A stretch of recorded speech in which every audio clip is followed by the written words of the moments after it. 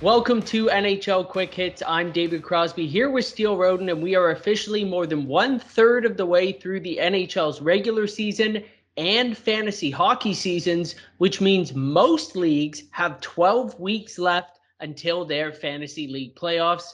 Now, things keep getting uglier by the day in Vancouver. Alex Ovechkin's quest for glory continues as he reached 750 goals this past week. And the Dallas Stars have put Anton Khudobin on the trade block, potentially boosting the fantasy values of Jake Ottinger and Braden Holtby. But let's dive right in to some fantasy this week. One of our viewers reached out in the comments last week to discuss Nikolai Ehlers' slow start and whether he can pick up the pace. So shout out to Christopher for a great question there. And that got me thinking that this would be a good time to discuss a few players who are failing to meet expectations at this point in the season and whether or not it's time to cut bait, maybe look to buy low if another team owns this player, or maybe even pick them up off your waiver wire if they've already been dropped. Now, first, we're going to share our top 3 waiver ads for week 9. But before we get to our first targets, I want to reiterate something I mentioned last week in case you missed it and your fellow fantasy managers are asleep at the wheel. The Anaheim Ducks play 5 times this week. Every single one of the following players should be owned in every league. Cam Fowler, he's 59% owned. Here's how his stats compare to other defensemen right now. His 14 points are tied for 24th, 8 power play points tied for 4th, 47 shots for 34th, 36 blocks for 43rd. And while his 15 hits aren't anything to write home about, all his other stats point to a guy that should be rostered absolutely everywhere. As far as forwards go, Ryan Getzlaf is 55% owned. Now, he's currently day-to-day with a lower body injury, so keep your eye on that. There should be an update before Monday's game. If he's back, he's a must-own as a near point-per-game guy. I mentioned Trevor Zegras last week as one of the guys I had my eyes on. He's really heating up, and he kept that going this past week. He's averaging almost 1.3 points per game in the last 2 weeks, and yet he's still only 53% owned. He should probably be the number 1 ad in almost every single fantasy league this week. Adam Henrique, 43% owned. He is also day-to-day after suffering a lower body injury Friday against the Flames. Doesn't look to be serious, and he's just under 0.7 points per game. So a guy to look at if he comes back healthy as well. A few lower-owned players that could also help you out this week. Rickard Rakell, owned in just 25%, likely due to some injury issues he had earlier in the season, but he's healthy now. He's got 4 goals, 2 assists, 5 hits, 6 blocks, and a power play point in his last 6 games. Defenseman Jamie Drysdale, 20% owned, averaged half a point this season, 0.4 hits and a block, but he's been a lot better lately, producing close to a point per game with 3 of them on the power play in the last 2 weeks. Finally, Sonny Milano owned in 8%, averaging 1.14 points per game over the last 2 weeks, 2 power play points if you need a few spot starts in net. Ducks backup Anthony Stolarz, 3-2-1 with a .919 save percentage in 6 starts this year. He's likely going to get at least 2 starts this week with 2 back-to-backs for the Ducks. And that should include a likely start against the Buffalo Sabres on Tuesday. So I know that was a ton of players. We are going to get to Steele Roden here in a second, but I just want to make sure that when you're looking at your waiver wires, you prioritize guys on the Anaheim Ducks if some of these players are available. But many of these guys, they're obvious targets thanks to Anaheim's schedule, and you're probably going to hear a lot of the same from a lot of other outlets this week. So Steele and I want to offer some other options if those players are already owned in your leagues or you're not intrigued by the ones that are available. So let's start with players owned in 50% or fewer fantasy leagues. Who's your top target this week, Steele? Yeah, you talk about the Anaheim Ducks, and thank you, David, for, getting that out there and making sure people know how many games the Anaheim Ducks are playing this week. And it really gives them a chance to boost their fantasy team going into week 9. So thank you, David. We're going to give you a couple of different options right now besides Anaheim Duck players. And for my first player, I got Brandon Tanev at 50% owned across Yahoo Fantasy Leagues. We've talked about him in the past, but I have to go back to him. Just because the Seattle Kraken aren't playing that great right now doesn't mean their players aren't producing. And Brandon Tanev has been one of their best players this entire season. 3 points in his last 3 games, 8 goals and 5 assists on the season. But that's not the impressive thing about Tanev. He's got 42 shots, 86 hits, and 14 blocks for a total of 215.80 fantasy points. And if that doesn't speak for itself, I don't know what does. This guy is a human wrecking ball. The exact same definition I gave to Tanner Jeannot of the Nashville Predators. Every time he steps on the ice, he's looking to finish his checks. He loves to get the puck on net because he wants to score goals, and he's that type of player for the Seattle Kraken. So I have to go back to a guy like Tanev, who's just been playing really well, really good hockey for the Seattle Kraken. He plays 3 games this week. And the fact that he's only 50% owned across Yahoo fantasy leagues is really surprising to me. I think you guys got to give this guy a second look and make sure you put him on your team if you can, if you have other struggling players on your team. So Brandon Tanev is my first pick right now. I love that pick, Steele. And I will say, before we get to your other two, this is probably your best trio of picks that we've had all year. I'm actually a little bit jealous. 2 of the players that Steele picked, I would have liked to put in my category. So that just shows you how close we are in our thinking this week and how many great players there still are out there that are owned in half or less fantasy leagues right now that can help you right away. Now, my choice this week, I almost chose him last week, but I changed my mind last minute. I'm not going to make that mistake again this week, despite Tampa Bay only playing 3 games. Anthony Cirelli needs to be owned in more than 48% of fantasy leagues right now, with Braden Point and Nikita Kucherov still out with injuries. Cirelli took advantage of the extra offensive opportunities he's been given. Last week, he had 2 goals, 4 points, including 2 on the power play, 3 hits and 3 blocks in 3 games. I'd expect similar production as the Lightning face a favorable schedule this week.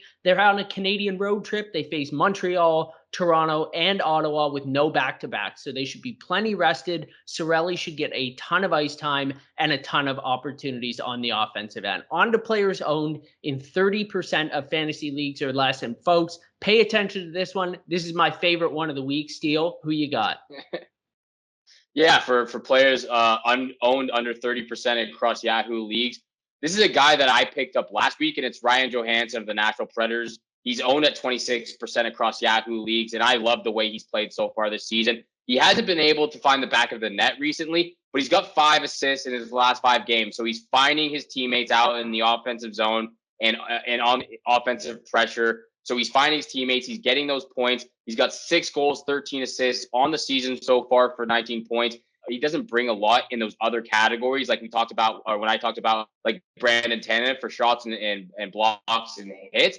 But because he's able to get those points and find his teammates, he's still producing a lot up front. So he's got 162.50 fantasy points on the season. The Nashville Predators play 4 games this week with a back-to-back on the weekend. So this is a guy I really would tell you guys to look into and really try to acquire him if he's on the waiver wire, or if you can pick him up for free. So for me, I like the way Nashville's played. It looks like they're going back and forth from wins and losses. They're always in a really tight games with whoever they play. So I like the way that Nashville's played. I like the way that Johansson has played. He's always there helping his teammates, finding his teammates. He's going to get the assists for you, even if he's not finding the back of the net. I really like Ryan Johansson moving forward. Yeah, if you missed out on Matt Duchene in your league, this is a guy that you might be able to have that can have similar production to Duchene. Not the same amount of goals like you mentioned, Steele, but if you're in a points league, I think Johansson needs to be owned right now. He's been that good to start this season. My second choice is Valeri Nichushkin of Colorado. He's 22% owned right now. Colorado plays 4 times this week, and the former 10th overall pick has been on a tear lately. He's got 11 points,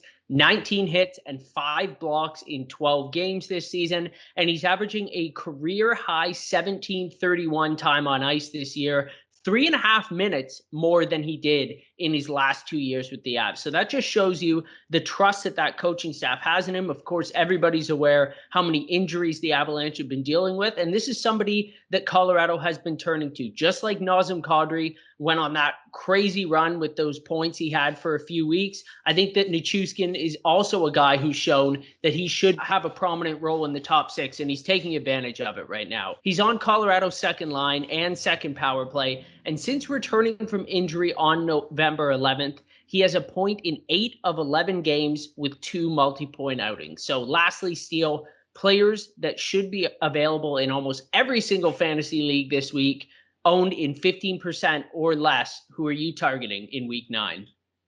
Yeah, for the final pick, I went with Ivan Barbashev of the St. Louis Blues. He's owned at 15% across Yahoo Fantasy Leagues. He's got 4 goals, 1 assist in his last 5 games, 8 goals and 7 assists on the season. And with that, he has 37 shots, 35 hits, and he's got a total of 162.30 fantasy points. I really like the way he's played so far in the last couple of weeks. He's on the third line with Robert Thomas, who has 22 points himself, two goals and 20 assists. So a guy like Robert Thomas, who's a playmaker, a facilitator, he finds guys like Vladimir Tarasenko, who also plays on that third line with the two of them right there, and Ivan Barbashev, who's been able to find the back of the net a lot recently. So those 3 guys on the third line, they've been putting up some great numbers. Vladimir Tarasenko has 19 points on the season. Thomas has 22. Barbashev has 15. But it's not actually on even strength that he's getting those goals. A lot of them have been on the power play. The second power play unit for the St. Louis Blues has been the best power play unit for the Blues this season, and Barbashev is on that one. So for me, I really like this look with Johansson. All 3 of these guys have been really producing the last couple of games in the last week. So if this guy is available, there's no reason you should not pick him up. He's available. He's only owned at 15%. So for me, Ivan Barbashev moving forward. He also plays 4 games this week, like the Nashville Predators, with a back-to-back sometime during the midweek. So again, Ivan Barbashev, I would look to pick him up as well.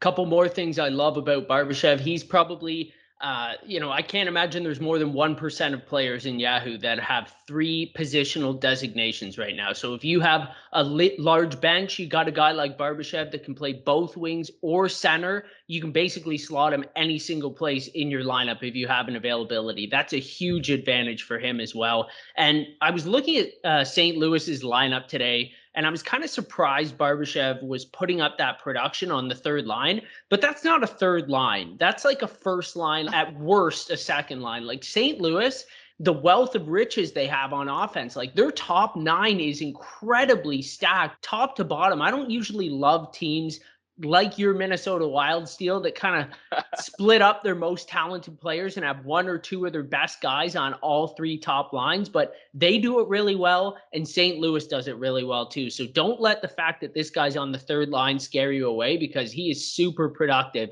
and can definitely help you out. And I actually went with Brandon Saad, who's owned in 14% of Yahoo leagues. He's a teammate of Barbashev, and he plays on his wing on the second power play unit, which of course Steele mentioned has been lights out for St. Louis this year. He's got eligibility on both the left and right wing, and St. Louis has a nice 4-game schedule this week. Those games are against Florida, Detroit, Montreal, and Anaheim. So they'll be catching Anaheim on the last of 5 games in 7 days. They should be facing a pretty tired team right now. Having Montreal and Detroit in there as well, that's a pretty nice slate they've got on tap. Saad has 6 goals, 2 assists, and 5 power play points in his last 9 games. He plays on the top line with Ryan O'Reilly. He's certainly been more goal scorer than a playmaker this year, and the prior 2 seasons as well. His goal assist totals, they're almost equal in his career. He's got close to 190 of each in his 652 games. So I think with all the talent in St. Louis that I mentioned,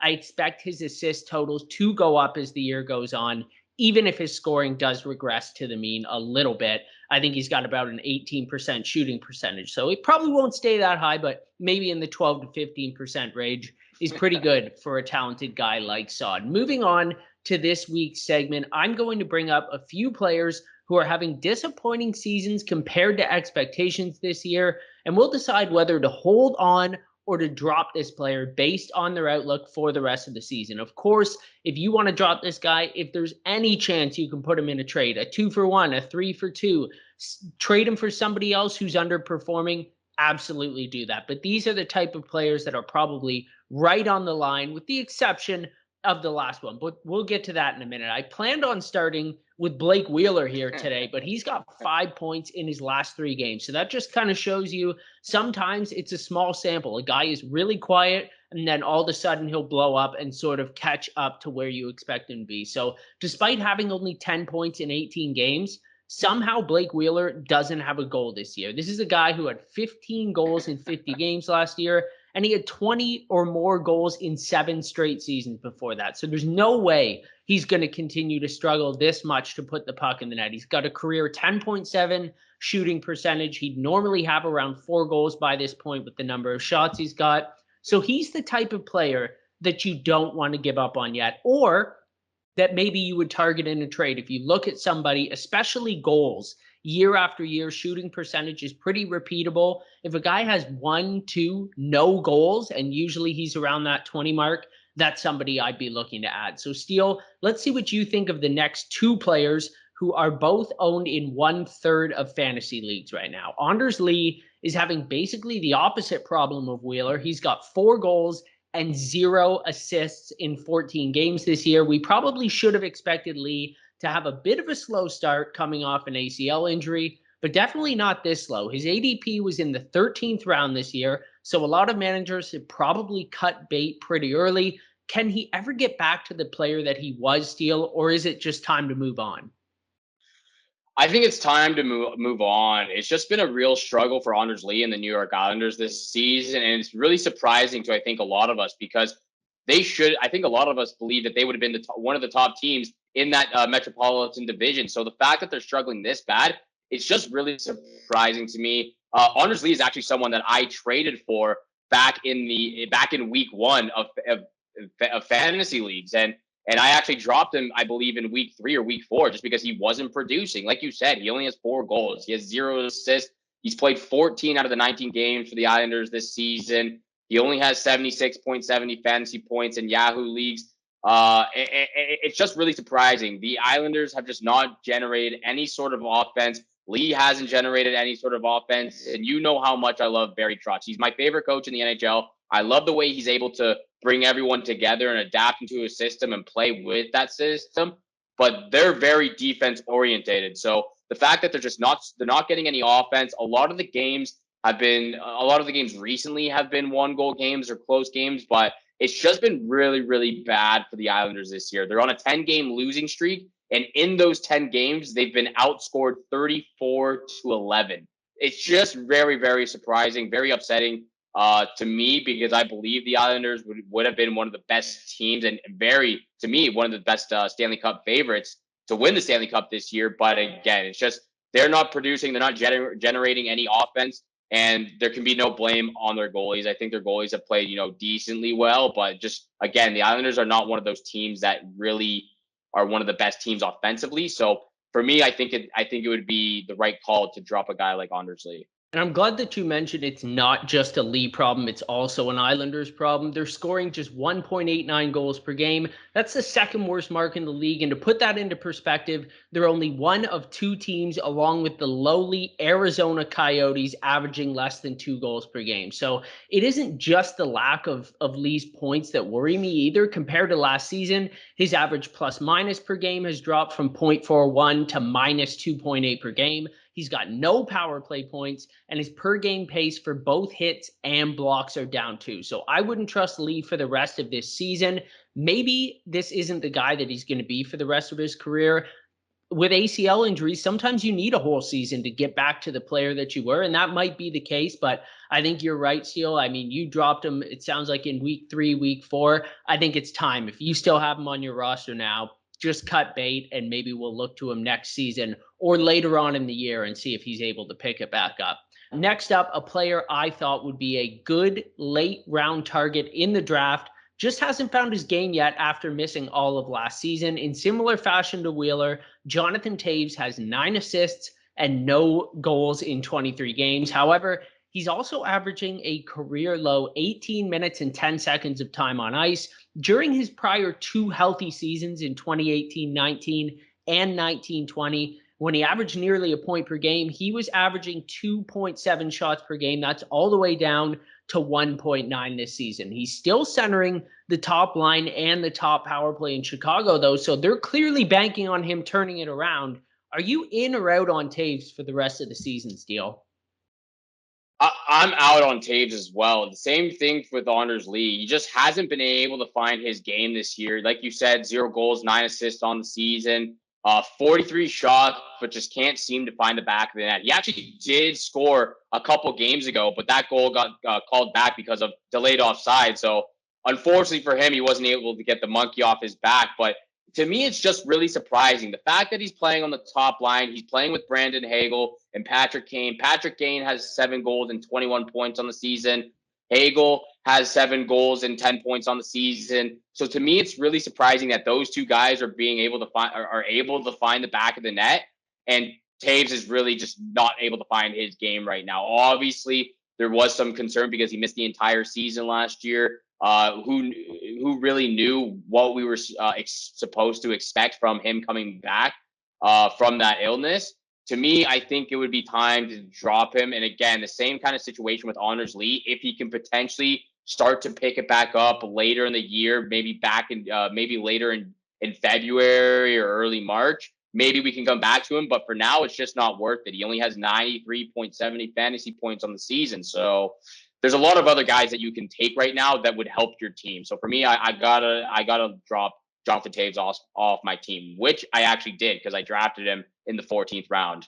I think as long as he sticks on a line with Patrick Kane in that top power play unit, he's somebody I'd keep on my watch list. He did have a streak with 8 points in 9 games about a month ago. He's been ice cold since. He has a single point in his last 9 games. Unless you're in the deepest of leagues, I think it's safe to drop Taves at this point. Keep an eye on the situation there. Maybe he does get the monkey off his back, like you mentioned, and starts putting the puck in the net. But until then, I think there's just so many better options who are lesser owned than Taves is right now that can help you out a lot more than he is. Let's finish up with a player I've long thought of as extremely underrated, who's on a team full of fantasy relevant players, but he just can't seem to get it going. Braden Shen is owned in 59% of Yahoo fantasy leagues. So unlike these first two guys, he's not the type of player that you'd likely see dropped, but he's been dropped in 8% of Yahoo leagues alone in the last week. Shen had 3 goals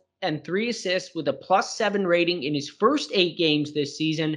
Then he suffered a lower body injury against San Jose on November 4th. He missed almost 3 weeks, and since returning, he has 0 points and is a -4 in 6 games. Steele, can Shen turn this around before his currently productive teammates maybe start taking away some of his ice time and opportunity and kind of extend this slump that he's in?